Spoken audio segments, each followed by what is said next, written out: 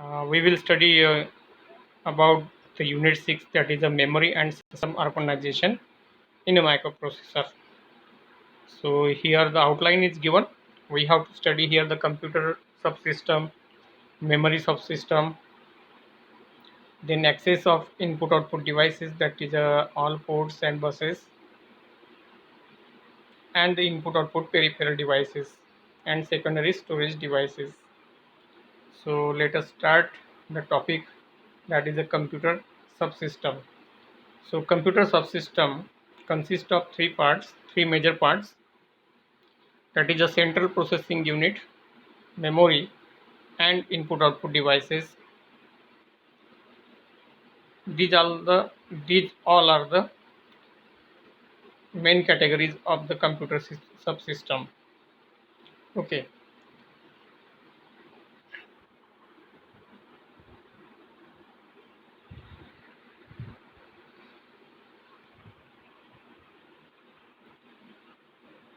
So firstly we will study about the what is central processing unit. The central processing unit is also called as the brain of computer system, and it is the brain that takes all the major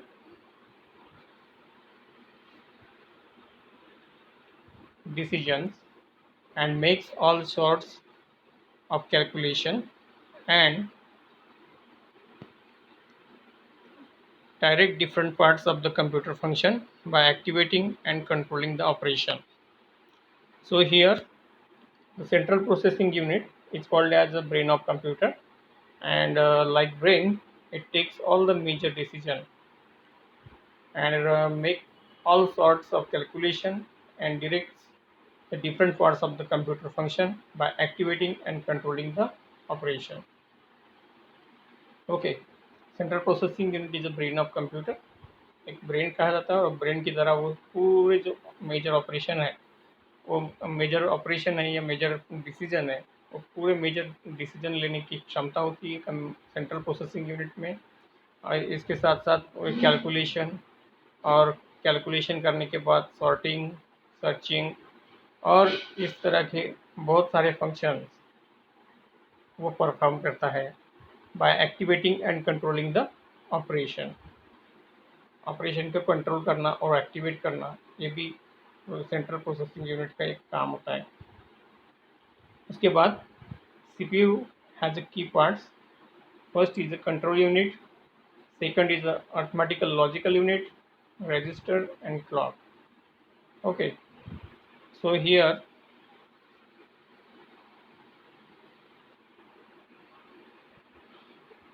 the CPU has a four parts, that is a control unit, arithmetic logical unit, register and clock.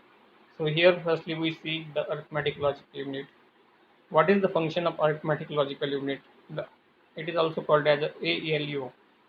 ALU, as its name implies, it is the portion of the CPU hardware.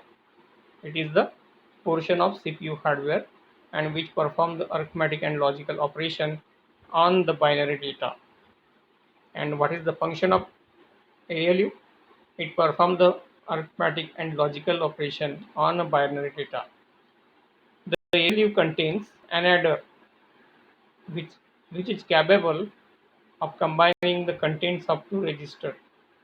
Means ALU have the adder and which have a capacity to combine the content of two registers in advance in accordance with the logic of binary arithmetic. So that is about the ALU. ALU stands for arithmetic logical unit, and it is the portion of CPU hardware and which performs the arithmetic as well as logical operations on the binary data. The ALU contain the adder which have a capacity to add the content of two register in accordance with the logic of binary arithmetic. Okay, so second part is a control unit. Okay, so control unit which extract the instruction from the memory, which extract the instruction from memory and decode and execute them.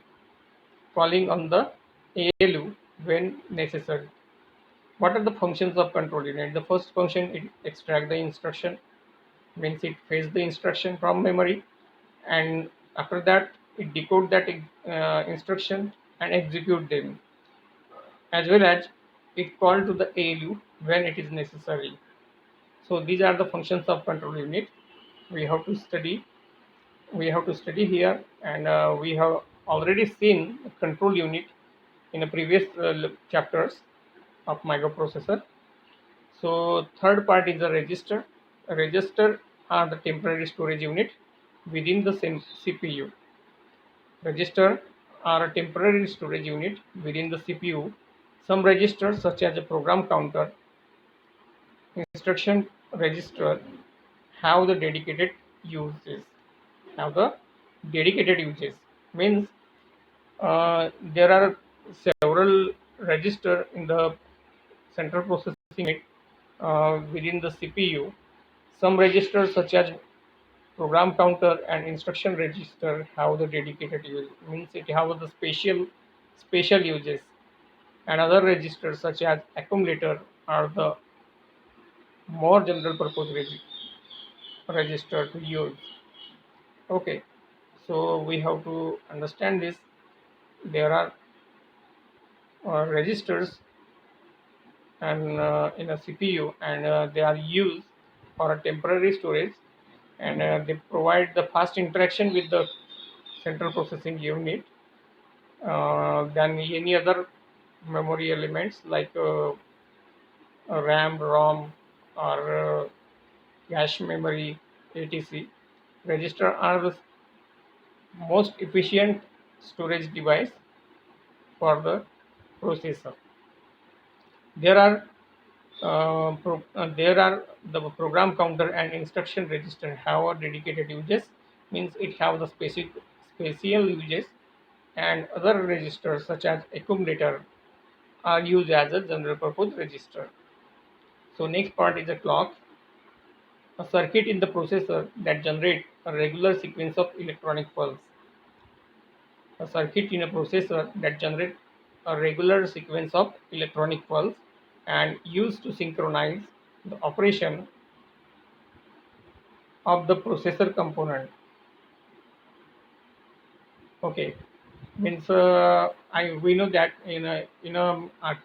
when we see the architecture of 8086, there is a clock generator. We use 8284, and that clock generator generate the clock signal for the processor, and that clock pulse synchronize all the operations of processor components. That clock pulse used to synchronize the operation of processor component. The time between the pulses is the cycle time. The time between the pulses is the cycle time, and the number of pulses per second is the clock rate or its frequency, and the number of pulses per second is the clock rate or frequency. We called it clock rate or frequency. Next part, the execution time of instruction on a computer are usually measured by the number of clock cycles rather than the seconds. Means we measure the execution time of processor in number of cycles, not in the seconds. The higher clock rates and the quicker speed of the instruction processing,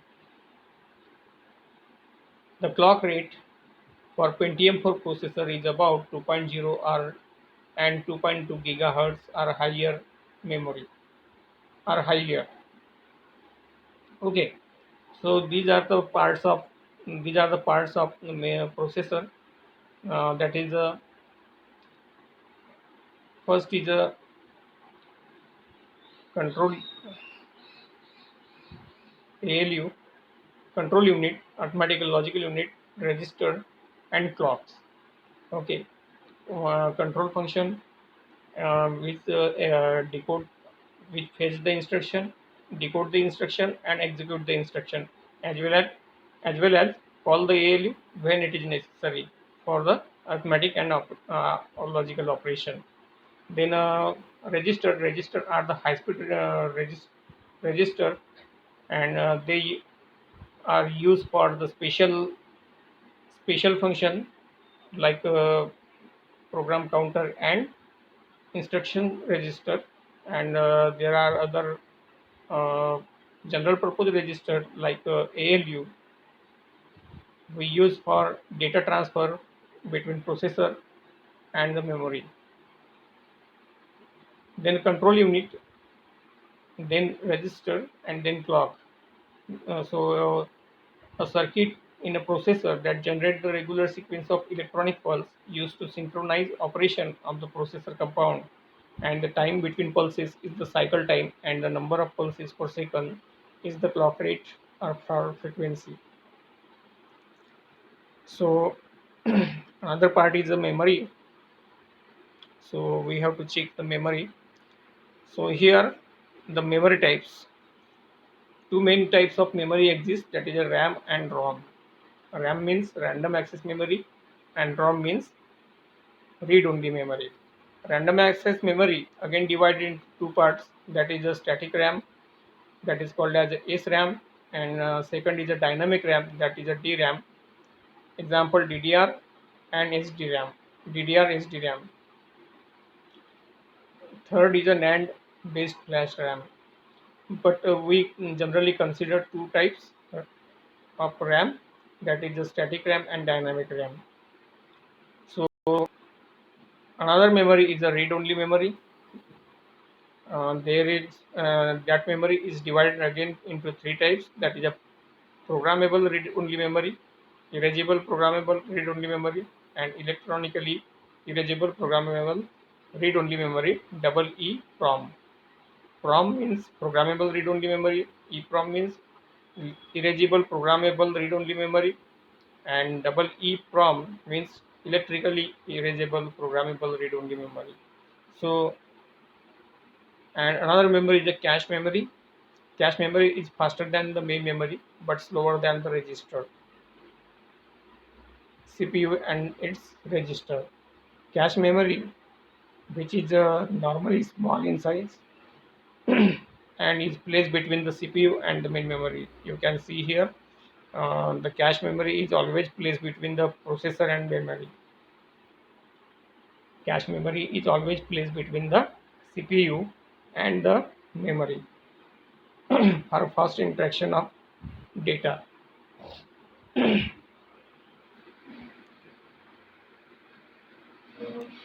So again, memory are divided into two parts, or two categories, that is the internal memory and the external memory. Okay,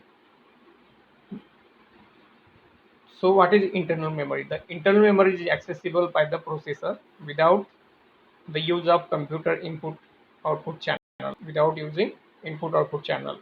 That is called as the internal memory. The internal memory is directly accessible by the processor without use of any input output channel. मतलब कोई भी channel का use नहीं करके directly जो memory accessible रहेगी processor को, उसको बोलेंगे हम internal memory. Such as main storage, मतलब RAM and cache memory and special register are the part of internal memory. Main memory means RAM, cache memory, and special register is the part of internal memory and which can be directly accessed by the processor. So cache memory is again here. A cache memory is a buffer and smaller and the faster than the main storage. Here we do the comparison between the main storage and the cache memory. A cache memory is also a buffer and it is a smaller in size but faster than the main storage and used to hold the copy instruction data in the main storage that are likely to be needed next by the processor that have been obtained automatically from the main storage. सो यहाँ पे बताया है कि cache memory एक छोटी memory होती है, smaller memory होती है और बफर मेमोरी होती है, और ये सबसे मतलब मेन स्टोरेज जो मेमोरी है उससे फास्ट होती है लेकिन रजिस्टर से स्लो होती है। इसका यूज होता है इंस्ट्रक्शन कॉपी करने के लिए या फिर स्टोर करने के लिए, टेम्पररी स्टोर करने के लिए। और ये जो मेमोरी होती है ये डायरेक्टली एक्सेसिबल होती है प्रोसेसर को, और ये जो डेटा आता है यहाँ पे, जो भी डेटा या इंस्ट्रक्शन स्टोर होती है वो मेन मेमोरी से एक्सेस की जाती है। Okay, that is about the cache memory. Then main memory और main storage, it is an addressable storage from which the instruction and other data may be loaded directly into the register for subsequent execution or processing. Main storage or main memory are the addressable storage, means each memory have location have address for which the instruction and data may be loaded, on which the data or instruction may be loaded. In memory content of number of bit cells, and each cell have the memory address, and in each cell we can store the data and instruction directly into the register for subsequent execution or processing. So that is the use of main memory. The storage capacity of main memory is the total amount of stored information that the memory can hold. What is the storage capacity of the main memory? It is the total amount of memory, a total amount of stored information that are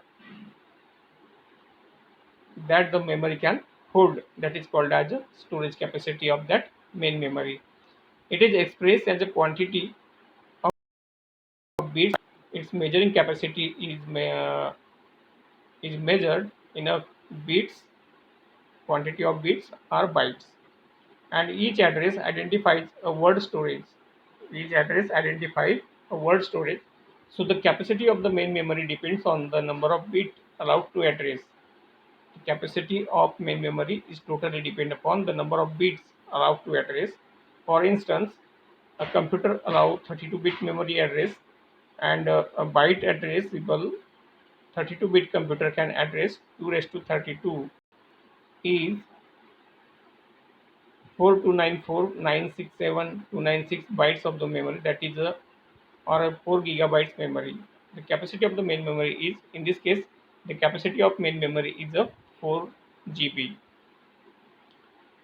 The main memory comes in a variety of size, that is 2 GB, 4 GB, 1 GB, 8 GB also. So it's totally depend upon the bit memory address. Okay. The main memory consists of ROM and RAM. The main memory is called as a consists of ROM and RAM. ROM means read-only memory. RAM means random access memory. What is RAM? RAM is the random access memory, and it is a primary storage.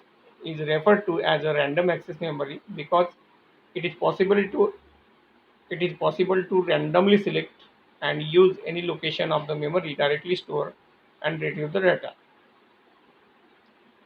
So the RAM is called as a random access memory because it is possible to randomly select the data and use any location at a memory directly, and directly store and retrieve the data randomly.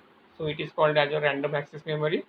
It takes some time to any address of the main memory, and as the first address, it takes some time to any address of the memory as the first address. It is called as a read write memory. The storage of data and instruction inside the primary storage is temporary. The storage of data and instruction inside the primary storage is called as is a temporary, and it does disappear from the RAM as soon as the power to the computer is switched off. So the storage of data and instruction inside the primary memory is temporary. Means we can store here the primary data, or temporary data, and it will disappear when we shut down the computer or log off the computer or switch off the computer. Okay. Now second memory is the read only memory, and this is another type of memory, and which is called as a read only memory. Again, in it is the ICs inside the PC that form the ROM. The storage program and data in the program in the ROM is permanent. The storage program and data in the ROM is permanent. Means it is a permanent memory, non-volatile memory. We called it non-volatile memory. The ROM store some standard processing program supplied by the manufacturers to operate the personal computer.